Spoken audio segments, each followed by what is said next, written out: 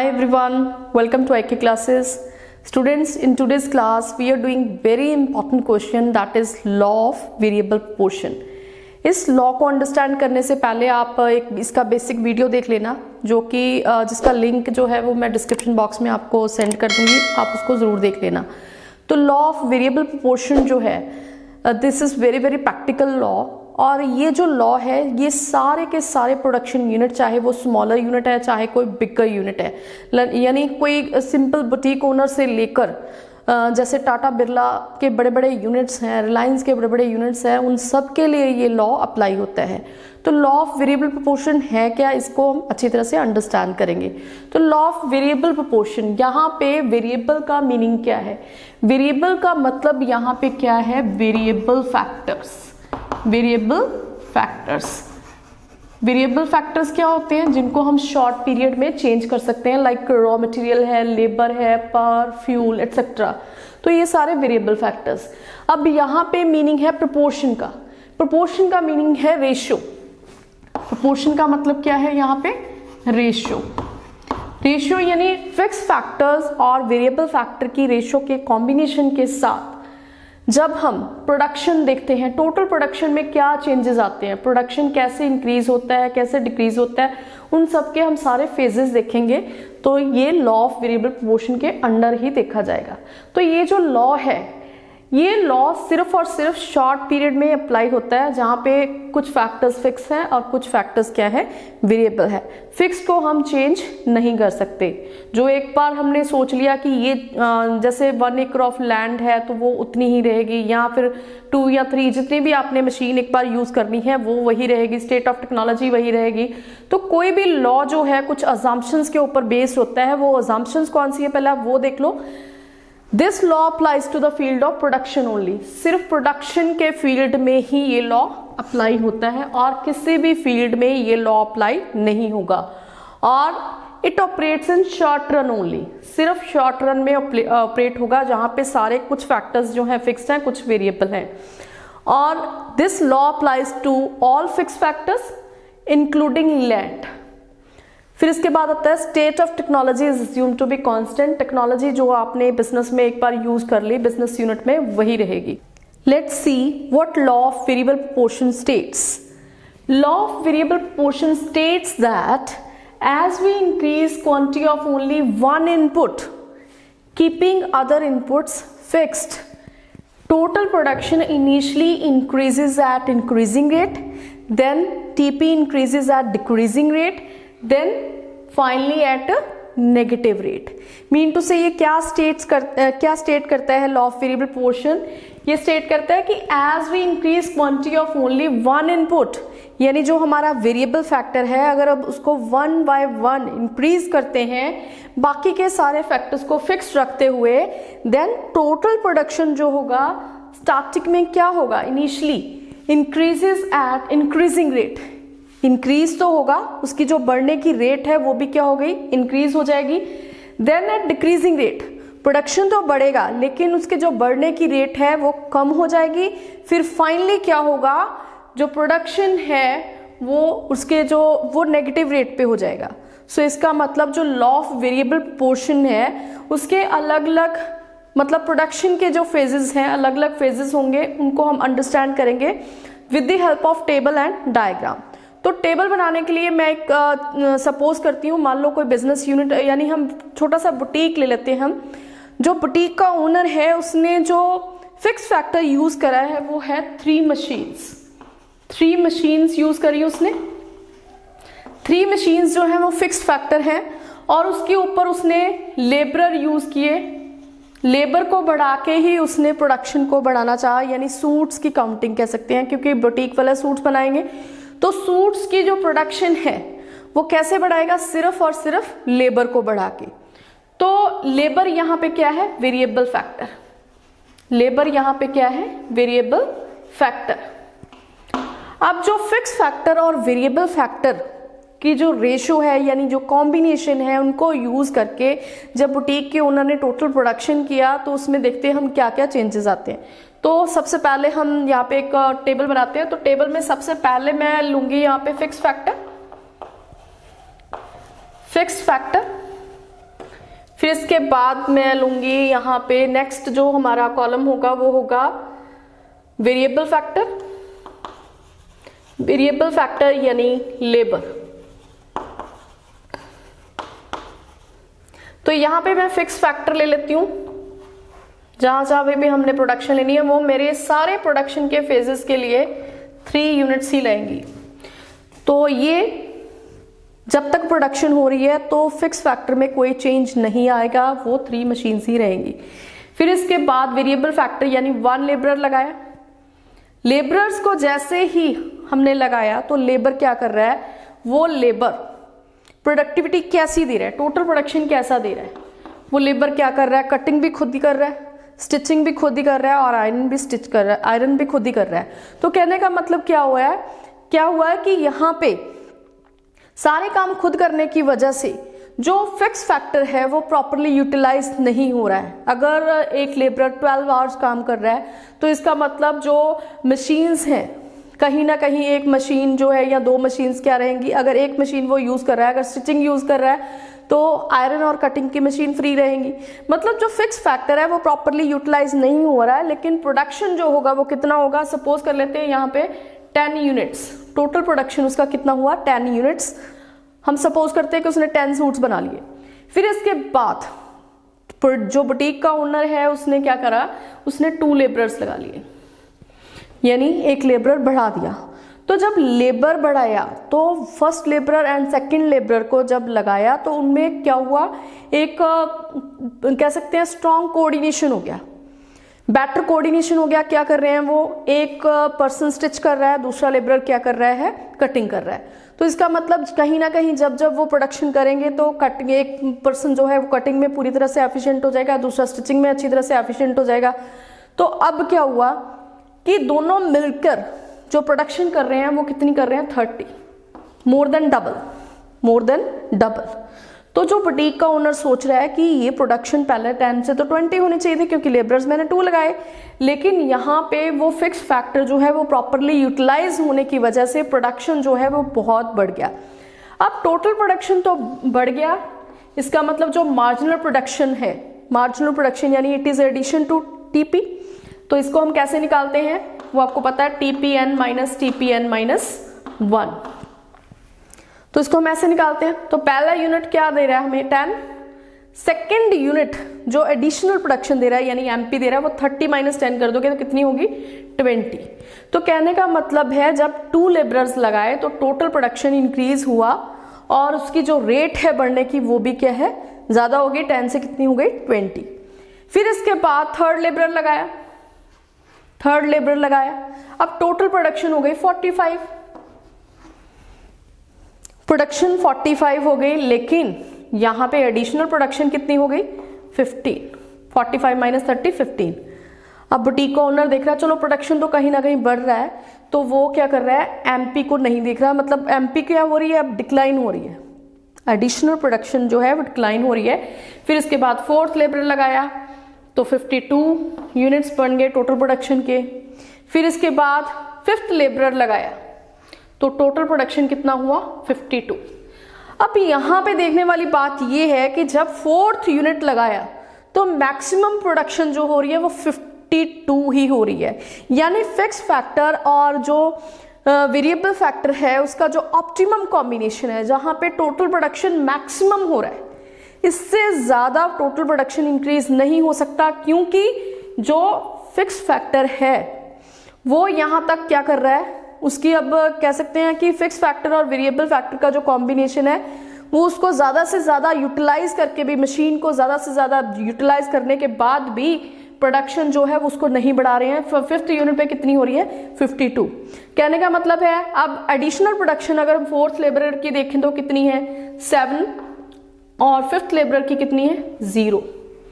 ये क्यों हो रहा है, क्योंकि जो फिक्सिटी ऑफ फैक्टर है वो कहीं ना कहीं इसकी लिमिटेशन बन रहा है, क्योंकि फिक्स फैक्टर को तो हम बढ़ा नहीं सकते, वेरिएबल फैक्टर भी कहां तक फिक्स फैक्टर को कितना यूज करेगा, ओवर यूटिलाइज हो रहा है। ओवर यूटिलाइज फिक्स फैक्टर जब होगा तो वेयर एंड टेयर होगी, तो मशीन्स कहीं ना कहीं खराब होगी, तो प्रोडक्टिविटी उतनी नहीं आएगी जितनी होनी चाहिए, जितनी वो पहले प्रोडक्शन दे रही थी उतनी नहीं आएगी। तो इस तरह से जो MP है वो क्या हो रही है धीरे धीरे पहले बढ़ रही थी, फिर क्या हो गई, डिक्लाइन हो गई, फिर 0 हुई। फिर इसके बाद जब 6 लेबरर लगाया जाएगा तो कहीं ना कहीं लेबरर्स की जो एफिशिएंसी है वो टोटली डिक्लाइन हो जाएगी, क्योंकि फिक्स फैक्टर जो है वो लिमिटेड है। तो कहीं ना कहीं लेबरर्स जो है वो कहीं ना कहीं फ्री रहेंगे, डिस्ट्रैक्ट करेंगे दूसरे लेबरर्स को और उनकी एफिशिएंसी डिक्रीज हो जाएगी। तो जो प्रोडक्शन है, टोटल प्रोडक्शन है वो कितना हुआ, 48। ज्यादा होने की बजाय क्या हो गया, फॉल हो गया, यानी जो एमपी है वो क्या हो जाएगी, नेगेटिव, यानी -4 हो जाएगी। 48 - 52 इज -4।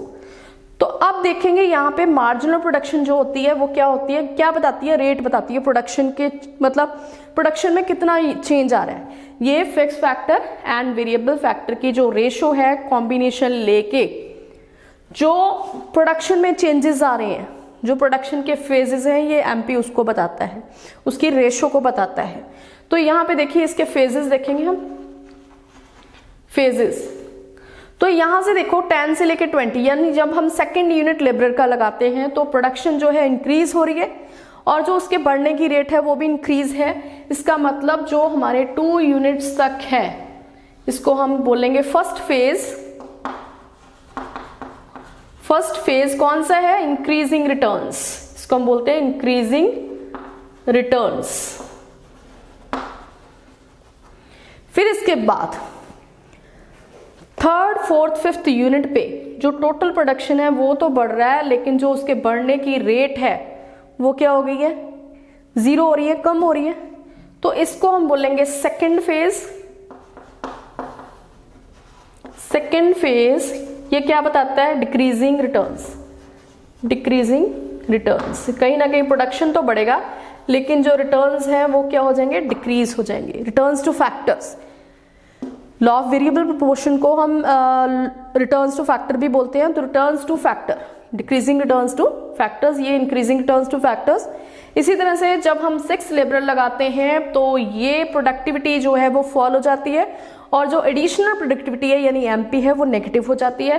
तो इसलिए हम थर्ड फेज को क्या बोलते हैं, थर्ड फेज को हम बोलते हैं negative returns to a factor. Negative returns हो रहा है यहाँ पे। तो ये है टेबल के थ्रू मैंने आपको फेजेस क्लियर कराए हैं। अब हम डायग्राम के थ्रू फेजेस देखेंगे। तो डायग्राम के लिए हमने क्या करना है, यहाँ पे हमने लिया y axis and x axis,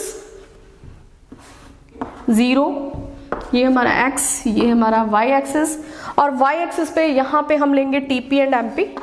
ये हमारा TP एंड MP ये ले लिया हमने, क्योंकि हमने जो ये फिगर्स हैं यहाँ पे शो करने हैं। फिर इसके बाद नीचे हम ले लेंगे यूनिट्स ऑफ वेरिएबल फैक्टर यानी labour, units of variable factor.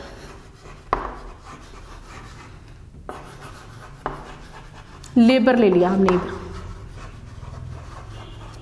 और यहाँ पे अब हम लेंगे इनकी स्केल। तो यहाँ पे हमने लेबर की स्केल ली 1 2 3 4 5 एंड 6, क्योंकि 6 लेबर तक लगाए हैं तो हमने यहाँ पे 6 ले लिए। और जो हमारा टीपी है वो मैक्सिमम 52 तक है, तो हम अगर 10-10 का डिफरेंस भी ले लेते हैं तब चलेगा। तो यहाँ पे हम ले लेते हैं 10 20 30 40 50 एंड 60। तो ये हमने ले लिया। इसके बाद देखो फर्स्ट यूनिट पे जब हमने फर्स्ट लेबर लगाया था तो टोटल प्रोडक्शन कितनी थी, 10। तो पहले हम टोटल प्रोडक्शन शो करेंगे। तो यहाँ पे देखो फर्स्ट लेबर ये और यहाँ पे 10, तो हमारा पॉइंट बनेगा यहाँ पे। फिर इसके बाद सेकंड लेबर लगाया तो हमारी प्रोडक्शन कितनी है, टोटल प्रोडक्शन 30। तो यहाँ पे हम ले लेते हैं 30, ये 30। फिर इसके बाद 45 है थर्ड पे 45, 50 और 45 के 40 के बीच में, ये हमारा रहा 45। फिर इसके बाद फोर्थ यूनिट पे है 52, ये हमने लिया 52 फोर्थ यूनिट पे। फिफ्थ यूनिट पे भी 52 है। यहाँ पे टोटल प्रोडक्शन मैक्सिमम है और ऑप्टिमम कॉम्बिनेशन है। इसके बाद 6 यूनिट पे जो टोटल प्रोडक्शन है वो कितनी हो गई है 48, कम हो गई है।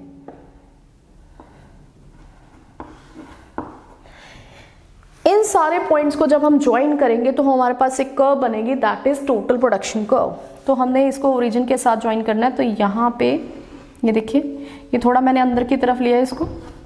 फिर इसके बाद इस पॉइंट को हम P का नेम दे देते हैं। फिर इसके बाद मैंने इनको भी ज्वाइन कर दिया। तो ये हमारी टोटल प्रोडक्शन कर्व बन गई, TP कर्व।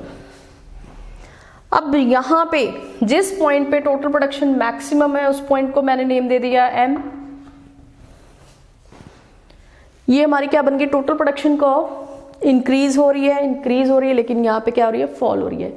लेकिन इनके जो रेट्स हैं, बढ़ने के रेट हैं, यानी इनके जो फेजेस हैं वो हम एमपी कर्व के थ्रू से हेल्प से देखते हैं। तो एमपी कर्व को भी ड्रॉ करते हैं। फर्स्ट यूनिट पे कितना है 10, फर्स्ट यूनिट तो यहीं पे रहेगा 10, दोनों का स्टार्टिंग पॉइंट सेम है। फिर इसके बाद सेकेंड यूनिट पे कितना है 20, तो इसको हम यहाँ पे ले लेते हैं 20, ये यहाँ पे है 20। फिर इसके बाद कितना है, थर्ड यूनिट पे है 15,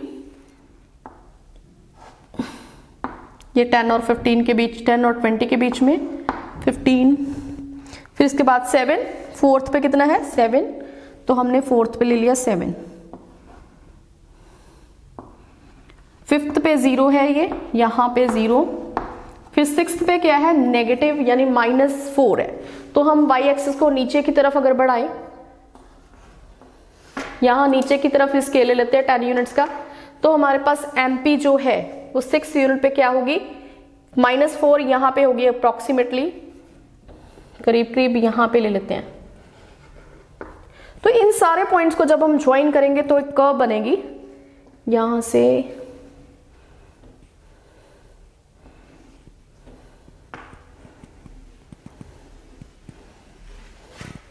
ये क्या बन गई MP। अब ये हमें फेजेस बताएगी। अब यहाँ पे सेकंड यूनिट पे हमारा जो सेकंड यूनिट पे प्रोडक्शन था, सेकंड यूनिट पे जो हमारा प्रोडक्शन था, टोटल प्रोडक्शन इंक्रीज हुआ था एकदम से। तो ये क्या है इंक्रीजिंग रिटर्न्स, मतलब MP भी इंक्रीज हो रहा है, TP भी इंक्रीज हो रहा है। तो इसको हम यहाँ पे ड्रॉ कर लेते हैं। ये हमने लाइन एक डॉटेड ड्रॉ कर ली यहाँ पे। फिर इसके बाद जहाँ पे TP मैक्सिमम था वहां पे भी हम जो एक लाइन जहां पे TP मैक्सिमम है 52 एंड MP जो है वो क्या है 0 है, तो यहां पे भी हम एक डॉटेड लाइन ड्रॉ कर लेंगे। फिर इसके बाद TP हमारी फॉल हुई और MP क्या हुई नेगेटिव हुई। तो यहाँ पे MP एक बार इंक्रीज हो रही है, फिर डिक्रीज हो रही है, फिर क्या हो रही है नेगेटिव। तो यही जो रेट्स है यानी जो रेशियो है वो बता रही है। अब देखो यहाँ पे TP इंक्रीज हो रहा है, MP भी इंक्रीज हो रहा है, तो ये हमारा कौन सा फेज है, फर्स्ट फेज है। इसको हम क्या बोलेंगे इंक्रीजिंग रिटर्न्स टू फैक्टर। तो ये हमारा फर्स्ट फेज है। कौन सा फेज है, फर्स्ट फेज। इसको यहाँ पे लिख सकते हैं हम इंक्रीजिंग रिटर्न्स टू फैक्टर। फिर इसके बाद P से लेके M तक टोटल प्रोडक्शन इंक्रीज हो रहा है, लेकिन M पॉइंट पे टोटली क्या हो गया कांस्टेंट हो गया, मैक्सिमम हो गया। फिर MP क्या हो रही है, यहाँ पे MP क्या हो रही है डिक्लाइन हो रही है, MP डिक्लाइन हो रही है। इसका मतलब TP increases eight decreasing rate. तो ये हमारा कौन सा फेज है, सेकंड फेज। इसको हम क्या लिखेंगे डिक्रीजिंग रिटर्न्स टू फैक्टर। फिर इसके बाद M के बाद M2 कोई भी नेम दे सकते हैं हम, S यहाँ पे भी नेम दे दिया T। जिस पॉइंट तक S जा रहा है उसी तरह से MP क्या हो रहा है नेगेटिव हो गया। तो इसका मतलब TP फॉल हो गया और MP नेगेटिव हो गया। इसको हम बोलेंगे third phase, that is negative returns, negative returns to a factor, ये आप लिख सकते हो। तो इन सब की आपने क्या करनी है, टेबल की और डायग्राम की दोनों की एक्सप्लेनेशन भी करनी है। तो सबसे पहले आपने क्वेश्चन को अटेम्प्ट कैसे करना है, तो LVP की सबसे पहले हम डिफाइन करेंगे क्या स्टेट करते हैं LVP। फिर इसके बाद हमने उसकी अजम्पशंस लिखनी है। फिर इसके बाद एक एग्जाम्पल लेके जो मैंने आपको बताई है या किसी भी तरह से कोई एग्जाम्पल लेके टेबल बनाना है, टेबल बना के फिर इसके बाद डायग्राम बनाना है और टेबल और डायग्राम की दोनों मतलब दोनों की एक्सप्लेनेशन करनी है विद फेजेस। तो फेजेस के थ्रू आप इसकी एक्सप्लेनेशन करोगे। तो ये क्वेश्चन कितने मार्क्स का आएगा? 6 मार्क्स का आएगा। तो इसको आप बहुत ध्यान से करना। Some reasons are there behind this law. तो कौन कौन से रीजंस है वो हम देखेंगे। तो जो हमारा फर्स्ट फेज है इंक्रीजिंग रिटर्न्स का, increasing returns to a factor, उसके क्या क्या रीजंस हैं, वो क्यों हमारा जो रिटर्न्स है इंक्रीज हो जाते हैं, यानी टोटल प्रोडक्शन भी इंक्रीज होता है और मार्जिनल प्रोडक्शन भी इंक्रीज होता है। तो सबसे पहला रीजन जो है वो क्या है? Better utilization of fix factor. जो फिक्स फैक्टर है वो बेटर यूटिलाइज होना लगा। जैसे पहले 3 मशीन्स थी, 3 मशीन्स पे 1 लेबर लगा था, यानी जो मशीन्स है वो बेटर यूज नहीं हो रही थी, तो टोटल प्रोडक्शन कितना था? 10। फिर इसके बाद सेकंड लेबर आया तो मशीन्स क्या होगी? बेटर यूटिलाइज होने लगी। जो पहले मतलब मशीन फ्री रह रही थी यानी आइडल रह रही थी, तो उसको बाद जो सेकंड लेबर था उसको यूज करने लग गया था। कहीं ना कहीं फिक्स फैक्टर बेटर यूटिलाइज होने लगा था। इसकी वजह से टोटल प्रोडक्शन क्या हो गया था? इंक्रीज हो गया। तो इसका मतलब हमें इंक्रीजिंग रिटर्न्स मिले। और दूसरी बात ये थी कि कहीं ना कहीं जो लेबरर्स हैं यानी वेरिएबल फैक्टर्स हैं, वो उनका जो कोऑर्डिनेशन था वो काफ़ी अच्छा हो गया था। स्पेशलाइजेशन ऑफ लेबर था। Increase in efficiency of labour, second point यहाँ पे क्या होगा? Increase in efficiency of labour. जब स्पेशलाइजेशन हुआ यानी डिवीजन ऑफ लेबर हुआ, एक ने कटिंग का काम संभाल लिया, दूसरे ने स्टिचिंग का काम संभाल लिया, तो क्या हो गया? लेबर की डिवीजन हो गई, स्पेशलाइज हो गया, उनकी एफिशिएंसी कहीं ना कहीं बढ़ती रही और टोटल प्रोडक्शन जो था एकदम से 30 यूनिट्स हो गया, यानी प्रोडक्शन जो थी वो बहुत ज़्यादा इंक्रीज हो गई और इंक्रीजिंग रिटर्न्स मिले। फिर इसके बाद इसके 2 रीजन कर लेना। फिर इसके बाद सेकेंड फेज जो है हमारा डिक्रीजिंग रिटर्न्स, यानी जो टोटल प्रोडक्शन है वो बढ़ तो रहा था लेकिन जो उसके बढ़ने की रेट है वो कम क्यों हो गई थी? तो सबसे पहली बात है optimum combination of factors. Optimum combination of factors यानी जो हम फिक्स फैक्टर और वेरिएबल फैक्टर की जो रेशो ले रहे हैं, कहीं ना कहीं फिक्स फैक्टर को जहाँ पे हम फिक्स फैक्टर की एक लिमिट हो गई थी, तो वहाँ पे जो कॉम्बिनेशन था वो मैक्सिमम जो टोटल प्रोडक्शन कर रहा था वो 52 कर रहा था।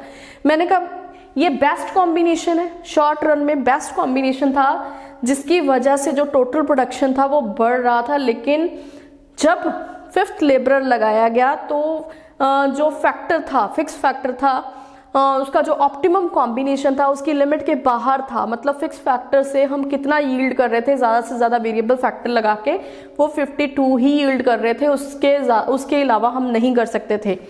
फिर इसके बाद क्या हुआ? Over utilization of fix factor. अब देखो मशीन्स 3 हैं लेकिन लेबरर्स कितने हैं? 5।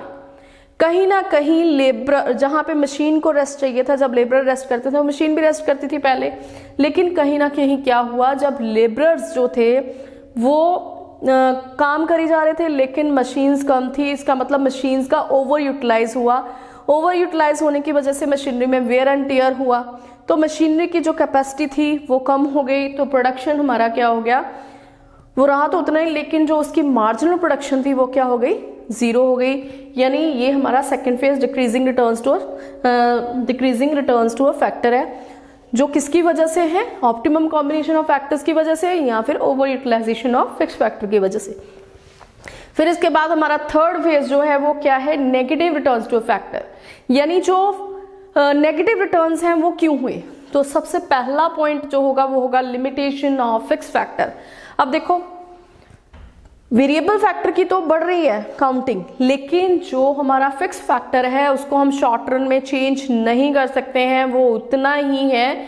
तो ड्यू टू दिस जो हमारा टोटल प्रोडक्शन है वो क्या हो गया? डिक्रीज हो गया, यानी पहले से फॉल हो गया, क्योंकि फिक्स फैक्टर की क्या है? लिमिटेशन है, उसको हम नहीं बढ़ा सकते हैं।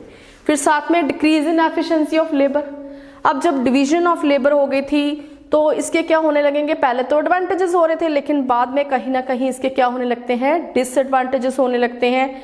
जो लेबरर्स हैं वो एक दूसरे को डिस्ट्रैक्ट करने लगते हैं, तो जो लेबरर्स हैं उनकी एफिशिएंसी क्या होने लगती है? डिक्रीज होने लगती है। उनका जो कोऑर्डिनेशन है वो अच्छा नहीं रहता है। इसकी वजह से क्या होता है?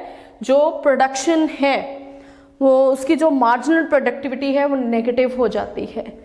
तो ये सारे फेजेस थे विद रीजन, तो इसको आप अच्छी तरह से कर लेना। Thank you so much for watching this video and कहीं ना कहीं अगर आपको लगता है कि आपको ये क्वेश्चन समझ में आया है तो प्लीज़ इस वीडियो को लाइक ज़रूर कर देना और वीडियो को शेयर ज़रूर करना। Thank you so much.